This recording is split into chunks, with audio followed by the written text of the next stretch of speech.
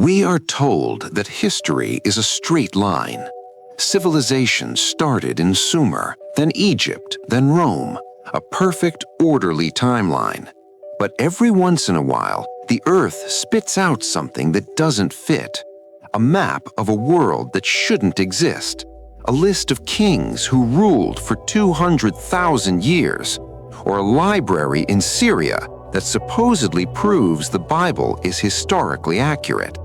These are the artifacts that archaeologists call hoaxes or mistakes, because if they are real, everything we know about the past is wrong. These are the 5 impossible tablets. But before we open the archives, I have a question for you. This mystery spans the entire globe, so where are you watching from? Drop your country in the comments below. I want to see how far this signal reaches. And if you believe history is hiding secrets, hit that like button and subscribe to the Cortex. We uncover what they try to bury. Now, let's look at artifact number 1. Our first impossible object takes us to a place you wouldn't expect. Not the deserts of Iraq, but the forests of Michigan. The year is 1896. A man pulling stumps from the ground near Alpena uncovers something massive. It isn't a rock, it's a tablet. Over the next few decades, over 3,000 of these slate, copper, and clay artifacts were pulled from mounds across the state. They depicted scenes that looked biblical: the Great Flood, the Tower of Babel. But here is the problem. The Native American tribes in the region didn't write like this. In fact, nobody in the Americas did.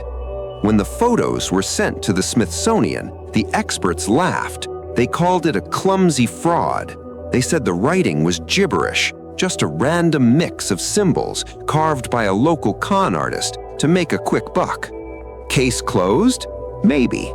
But decades later, independent researchers looked again. They didn't see gibberish. They saw a mix of ancient scripts, specifically characters that looked suspiciously like Minoan Linear A, the writing system of ancient Crete. We know the ancient world needed copper for the Bronze Age, and we know Michigan has the purest copper deposits on Earth. Is it possible that 3,000 years ago, Minoan sailors crossed the ocean to mine these resources, leaving their records behind? Mainstream history says no. They point to saw marks on the stones and say the clay was never fired. They say it's the greatest hoax in American history. But if it was a hoax, why forge 3,000 of them?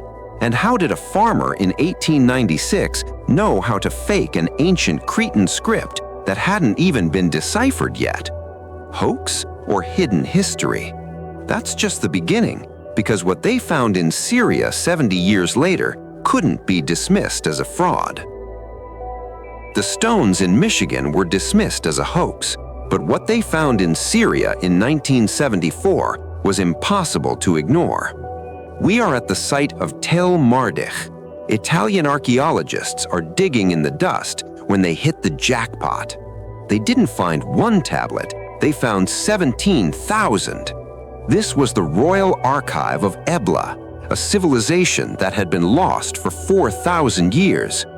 At first, the academic world was thrilled. They had found a new empire. But then, they started translating the text. The head epigrapher, Giovanni Pettinato, made a shocking announcement. He claimed these tablets, written centuries before the Bible, contained names that looked familiar. Abraham, Abraham, Daudum, David, and most controversial of all, he found a list of 5 cities: Sodom, Gomorrah, Admah, Zeboim, Bela, the exact 5 cities of the plain listed in the book of Genesis, in the exact same order. The media went wild. Was this finally hard archaeological proof that the biblical patriarchs were real historical figures? And that is when the trouble started. Almost overnight, the narrative changed. A new director took over the translation. Pettinato was pushed out. Suddenly, Scholars announced that it was all a mistake. They said the names weren't biblical at all. Sodom wasn't Sodom, it was just a similar-sounding town. Critics claimed that the Syrian government pressured the archaeologists.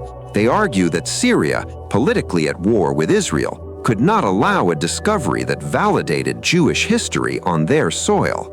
So, the translations were corrected. The biblical connection was erased from the official record.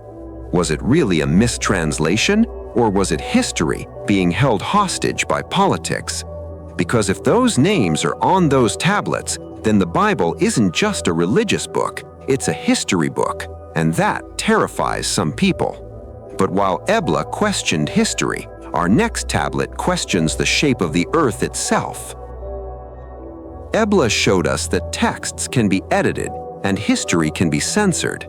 But our next tablet suggests something even more disturbing, that the very shape of our world might not be what we think.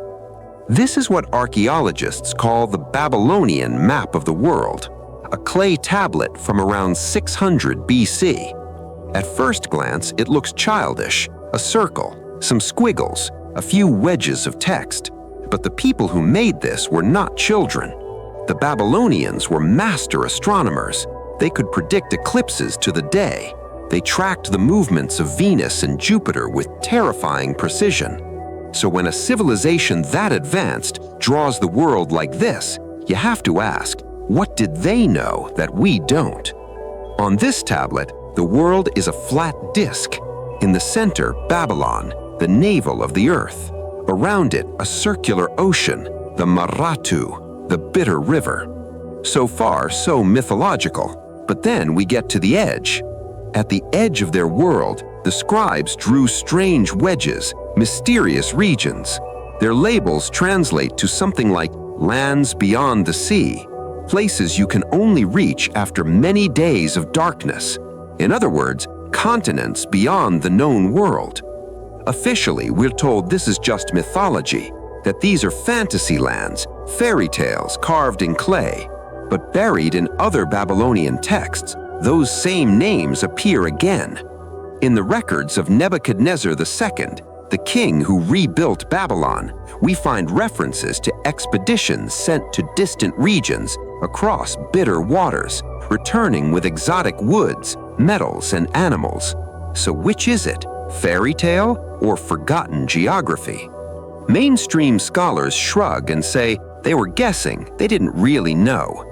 But these are the same people who can calculate a solar eclipse without a computer. Do you really think they just doodled their world map? Here's another possibility.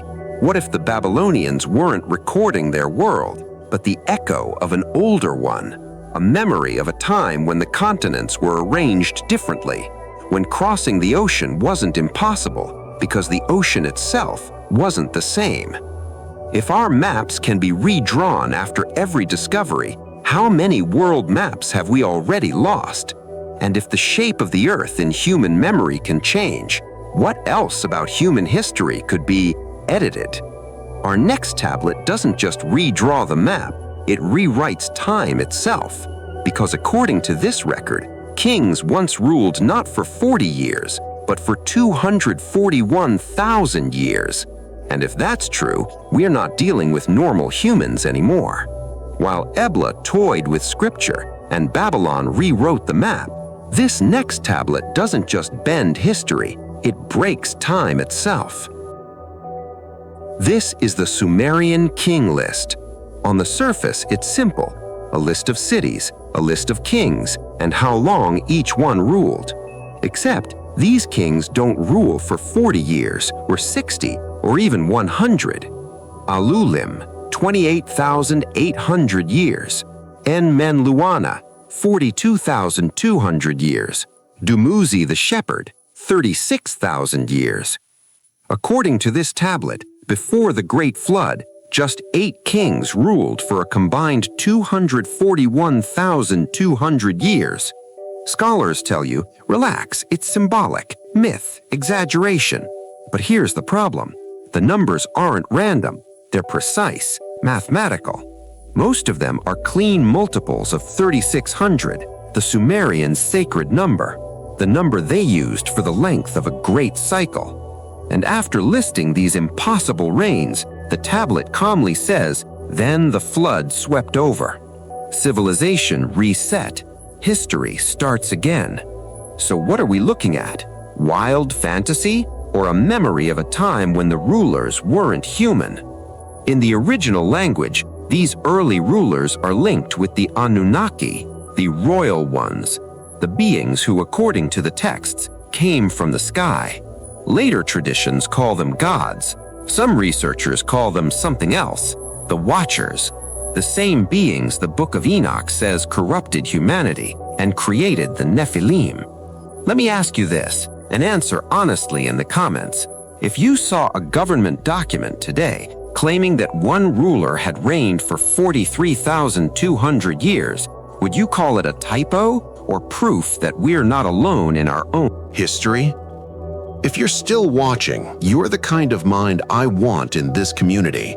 Hit like so more people see what you're seeing, and subscribe to Cortex, because our final tablet might be the key that explains all of this.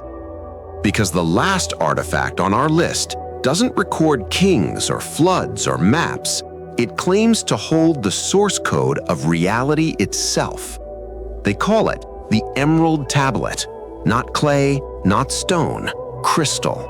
According to legend, it was discovered in a secret chamber, clutched in the hands of a corpse sitting on a golden throne. The corpse of Hermes Trismegistus, part man, part god, patron of alchemy, secret knowledge, and maybe something far older. Nobody agrees on where it came from, Egypt, Atlantis, another world, but almost everyone agrees on one thing.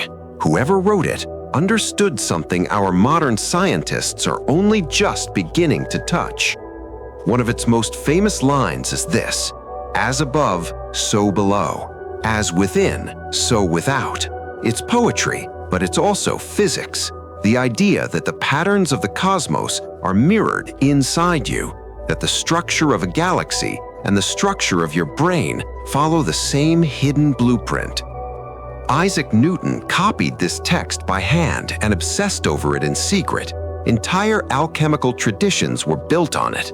And now, in the age of quantum mechanics, we're told observation changes reality. Consciousness affects the experiment. Sound familiar? As within, so without.